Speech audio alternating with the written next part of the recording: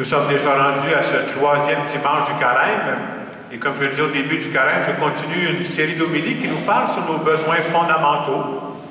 On se rappelle toujours pourquoi il faut écouter ces besoins-là, pourquoi il faut y répondre. Parce que quand je réponds à mes besoins à moi, ça me dispose pour répondre aux besoins des autres. Ça rejoint la parole de Jésus-Christ qui dit « Tu aimeras ton prochain comme toi-même ». On a vu aussi, et c'est important de répondre à ces besoins-là, si je vous disais par exemple que cette semaine, tous les soirs, je me suis couché à 2 heures du matin, puis je n'ai pas mangé depuis hier. Alors, dans quelle disposition je serais pour faire la messe ce matin? On s'entend-tu que je serais pas mal plus croche? C'est important de prendre soin de ces besoins-là. La semaine passée, on disait un autre aspect aussi. On disait Dieu, ça fait partie des besoins de notre vie. On disait même que Dieu, c'est peut-être le plus grand besoin qu'on a. Mais il y a une différence entre le besoin de Dieu et le besoin de manger.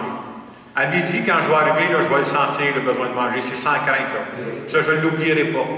Le besoin de Dieu, on se disait la semaine passée, il n'est pas toujours senti. Et même si c'est l'expérience que vont faire les grands saints, les grandes saintes, hein, ils ne sentaient pas toujours. Mais Dieu peut passer par des joies, des belles joies de notre vie. Dieu peut passer même par des moments difficiles de notre vie pour s'approcher de nous, pour se faire sentir proche de nous. Donc, Dieu passe de différentes façons.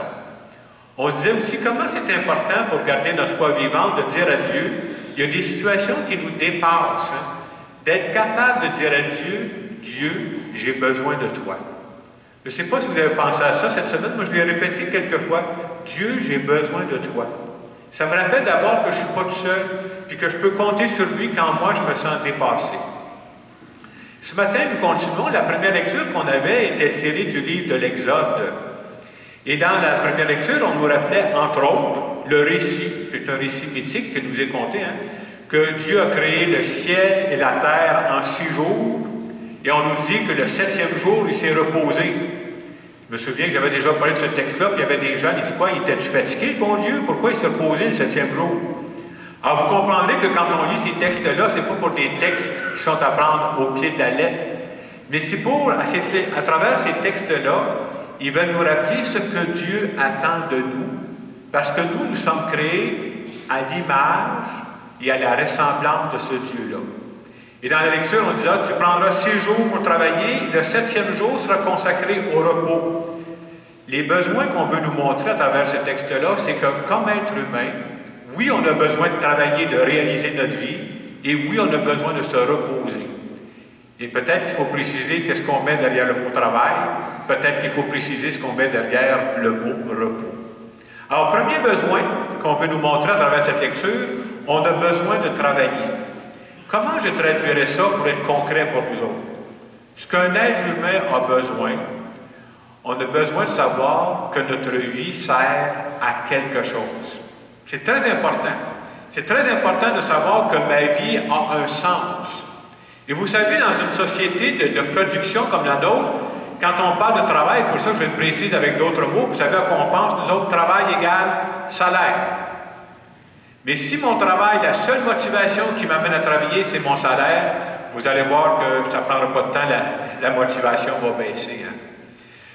Ce qu'on veut nous dire en fin de semaine, à travers ce besoin du travail, c'est de dire, quel que soit notre travail, qu'il soit payé ou pas, êtes-vous toujours payé pour tout ce que vous faites dans la vie? C'est pas de même que ça marche. Hein? Si j'ai le sentiment qu'à travers les actes, les gestes que je pose, je rends service à des gens, là, je vais avoir une vraie satisfaction à l'intérieur de moi. Et pour arriver à ça, ce n'est pas nécessaire de faire des gestes extraordinaires. On peut avoir un travail très simple et être très heureux parce qu'à travers le travail simple que je fais, j'ai l'impression que je rends service à du monde. Je donne un exemple concret. J'ai dit, si je ne veux pas flotter dans les nuages, je vais leur donner des exemples. Vous ne savez peut-être pas, mais moi, je me tiens dans des boutiques haut de luxe quand je vais magasiner. Et la boutique haut de luxe, l'exemple que je vais vous donner, ça s'appelle Dollarama. Alors, vous ne pouvez pas avoir plus haut de luxe que ça. Il y a quelques jours, j'étais dans un Dollarama, je ne suis pas Saint-Hyacinthe, j'étais même à Drummondville. Il n'y a pas personne à Drummondville le matin, je ne vais pas recevoir les tomates. Et j'étais dans le Dollarama. Puis quand je suis arrivé à la fin, il faut passer à la caisse, bien entendu, il y avait 2 rangées. 2 employés, donc 2 personnes qui font exactement la même job, là. Hein. Il y a un des employés qui était à la caisse, puis il faisait sa job, puis il avait l'air centré là-dessus, là. Il n'y avait rien qui bougeait de ça. Juste la rangée à côté, là, c'est la même boutique haut de gamme, là. Celui qui était à la caisse, il avait un beau sourire. Et je regardais les gens qui attendaient dans la file, là. Il y a une file qui riait. Vous savez laquelle, hein?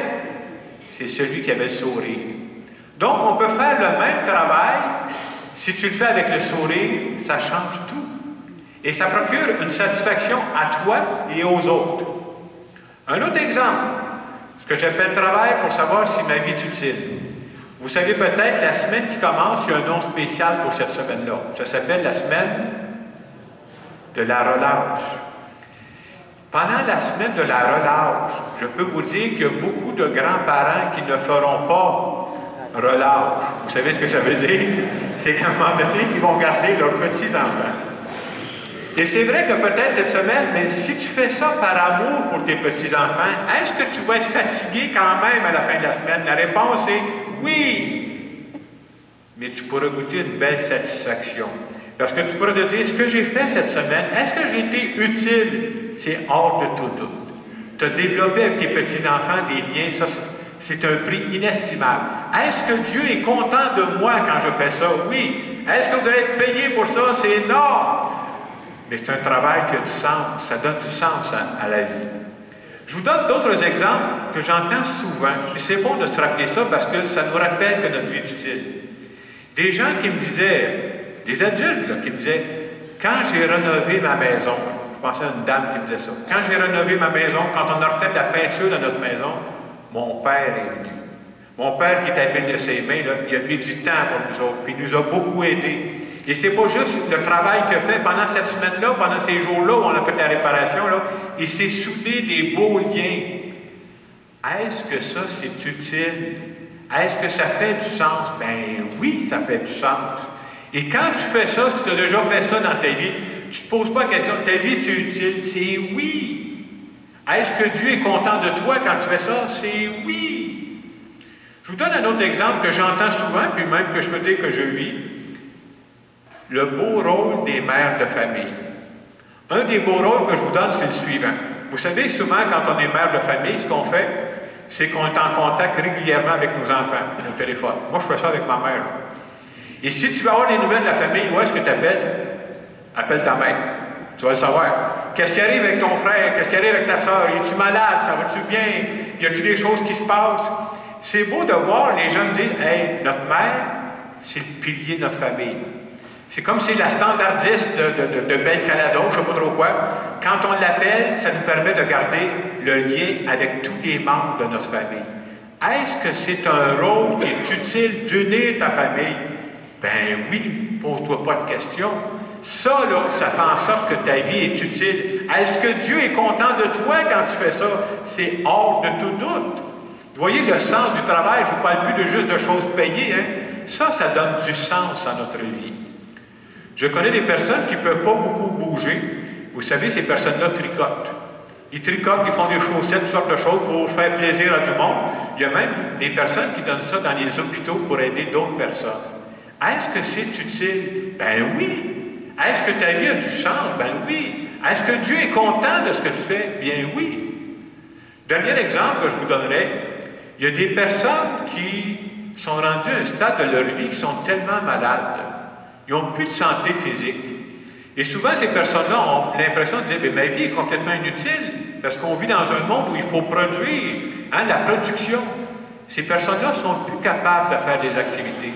Mais j'entendais des personnes qui me disaient, ben moi, je prie pour ma famille, je prie pour d'autres personnes. Est-ce que c'est utile? Ben oui. Est-ce que Dieu est content de ta vie? Bien oui. Tout ça pour dire que quand je dis ce matin qu'un des besoins qu'on a, c'est de travailler. Vous voyez, on peut faire ça dans des activités toutes simples. Mais ce qui est important de se rappeler ce matin, j'espère que c'est vrai pour chacune d'entre vous, même si on fait des activités ordinaires, ne jamais douter que ma vie est utile, que ma vie a du sens, puisque c'est ça que Dieu attend de moi. Un deuxième besoin qu'on a ce matin, que on disait le 7e jour, il se reposa, on a besoin de repos. Oui, on a besoin de repos parce que Quand on est reposé, on peut plus goûter aux délicatesses de la vie, aux délicatesses de Dieu dans notre vie. Mais on vit dans un monde où le repos, ça aussi, on se donne une autre vision de repos. Vous avez peut-être déjà entendu des gens qui disent « Hey, là j'ai besoin de repos, on va prendre des vacances. » Là, ils s'en vont en vacances, là, puis les journées sont pleines. Là. Au bout de 2 semaines, là, ils sont complètement épuisés. Les vacances sont finies. Là, il faut retourner travailler.